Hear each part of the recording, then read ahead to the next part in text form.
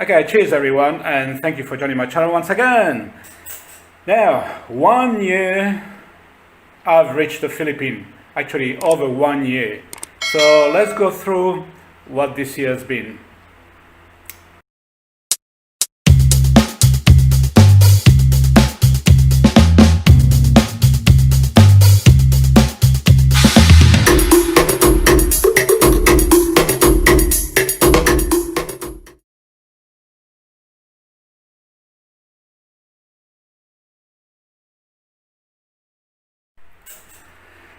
Okay, I arrived in Manila on the 14th of August to discover the Philippines and its people and how beautiful it is. Like everybody was telling me, it's so beautiful. I've never been in the Philippines before, so this was my first time.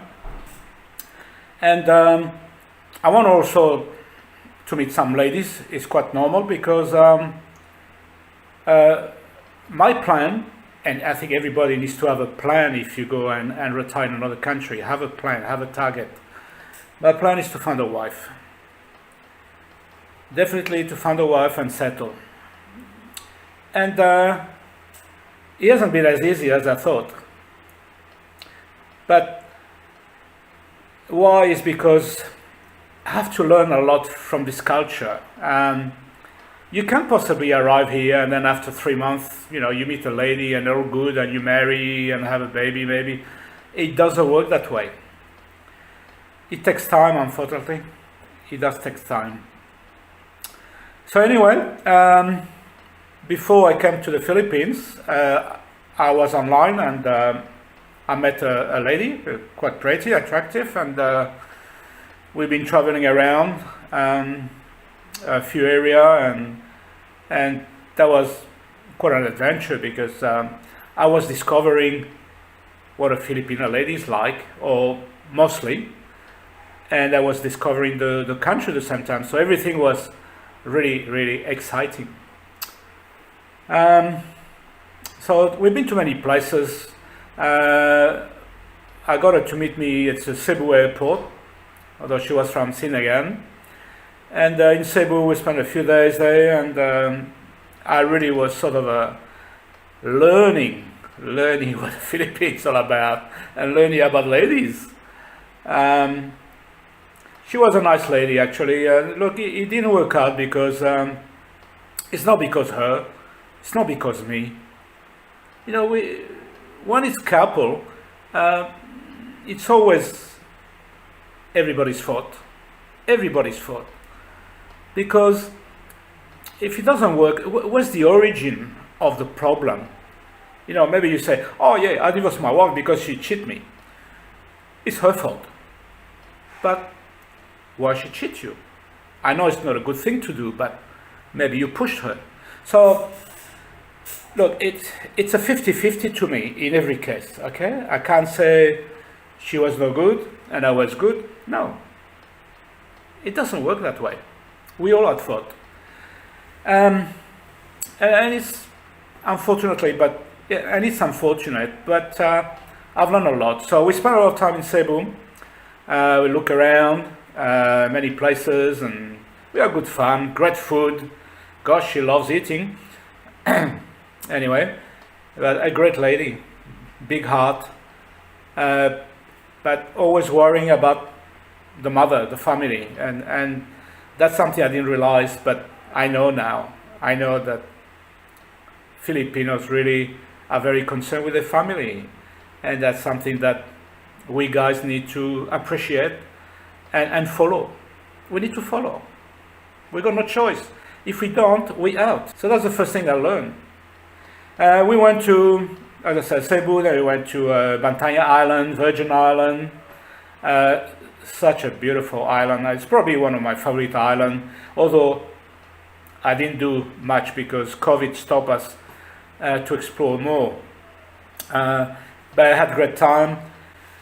We went to Moalboal, Oslo, Dumaguete, its surrounding. Moalboal was really nice, but it's more especially for divers. And Oslo was really fantastic. I mean, we stayed in a beautiful hotel. We had great service. People were really, really nice. And this thing of swimming with whale sharks, I know a lot of people think, oh, they're gonna eat you. You know, they're not man killers for sure. Forget it. They won't do anything to you. The funny thing is that when I get too close, and I got grounded after that by one of the guards, I did kick one of the fish and I feel all the scale and everything, and it was amazing to get this contact, but I didn't do it on purpose. I do apologize, I didn't do it on purpose. And then went down to Dumaguete. Dumaguete has got a lot of beautiful places, a lot of places to go, of course. Hotels, maybe we didn't go to expensive ones, so it wasn't really quite a great memory, but anyway, we still enjoyed Dumaguete very well. And then we took the ferry to Dipolog. And it's quite interesting because when I arrived to Dipolog, I did notice the difference between the other island, Negros, and Cebu, and Mindanao. We can feel the difference. Mindanao people, I mean, all Philippine people are very nice, don't get me wrong, there's no doubt about that. But Mindanao, they're a bit special. And Dipolog really touched my heart.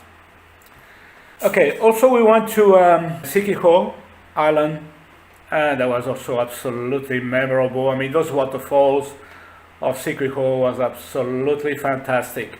I really, really enjoyed. And I had a really great driver, I have to admit. I mean, she was really great. I know 40 km an hour, but guys, we got to be patient. This is Philippines, we don't rush. And then we decided that we have to go apart because I had already a trip booked for Thailand and also a trip booked for Europe to see my family. I had a great time in Thailand, for sure. You can see my videos, and that was really beautiful as well, but I didn't like as much as the Philippines. And then I flew to Paris, and then Paris to Lyon, to my brother's home, and then down to Barcelona, where my parents retire, and only got my mother there alive, and thanks God, and my eldest brother who look after her. So I spent some time there with them, and I had also a niece, nephew, a sister. So it was really, really great to see them. I didn't stay very long, 3 weeks, but I was very happy. And I rushed back to Sinayan, where somebody was waiting for me. Unfortunately, that was the start of the end with this lady. Things didn't go well. So I just decided to move to Dipolog. Dipolog was quite an adventure. I really enjoyed it very much. I met a couple of ladies, and look, I have no complaint. As I said, didn't work with some, work with others maybe, but look, it's everybody's fault. It's not just one person fault, okay? And they are really all very, very sweet, that's for sure. I know that all of them will make really nice wife, but at this stage, nothing serious as such. Then I had to go back to Sydney for my surgery, so I went back there. It was planned to stay 3 weeks maximum. I arrived about a few days just before the surgery. I went to visit my son in Queensland as well with my grandson. I was delighted, it was fantastic. Then back to Sydney for the surgery. As you probably know, there was a bit of a fiasco on the first go. I wasn't ready for the surgery, so I had to go back 2 weeks later. And those 2 weeks were really a killer in the sense that I was caught right in the middle of restrictions. Just after my surgery was over, Australia decided to not allow any Australian to travel out. And when they said they're going to apply that, I know it will take a few days, this is when I took my ticket for Cebu. My surgery went well, but the only thing I was concerned just to leave Sydney and go to Philippines. I managed to get the last flight to Cebu, very, very lucky, very lucky. After that, no more fly allowed for foreigner visitor. Unfortunately, I had to deal with the COVID restriction and spend 14 days in quarantine in Cebu. and it took me 2 weeks to get all the paperwork done. I had to go back and forwards. Had to fight quite a fair bit, but at the end I got all my travel permit, and after 14 days again of quarantine in Dipolog, I was so happy to get that tricycle taking me to my home, and I put the key into the lock and opened my door, and that was a very special moment, very emotional, very special moment, because this is my home. Now after that, things didn't go too well with some relationship, and I met some new ladies, and look, one just as nice as the other. I admit I've been a bit affected by those quarantine, surgery, and it's taken me a little while to settle. People, I've been a bit more tense, but I'm getting better now, and so anyway, went back to Dipolog. I had my motorbike waiting for me, my Kawasaki 300, a lot of trip around, not far or limited by the distance because of the restriction, but I've seen some beautiful places, some beautiful white sand beaches. I met a lot of beautiful people, and I learned much more about the Philippines and its people, and to learn that the Filipinos are really wonderful people, guys, wonderful people. So that's my first year.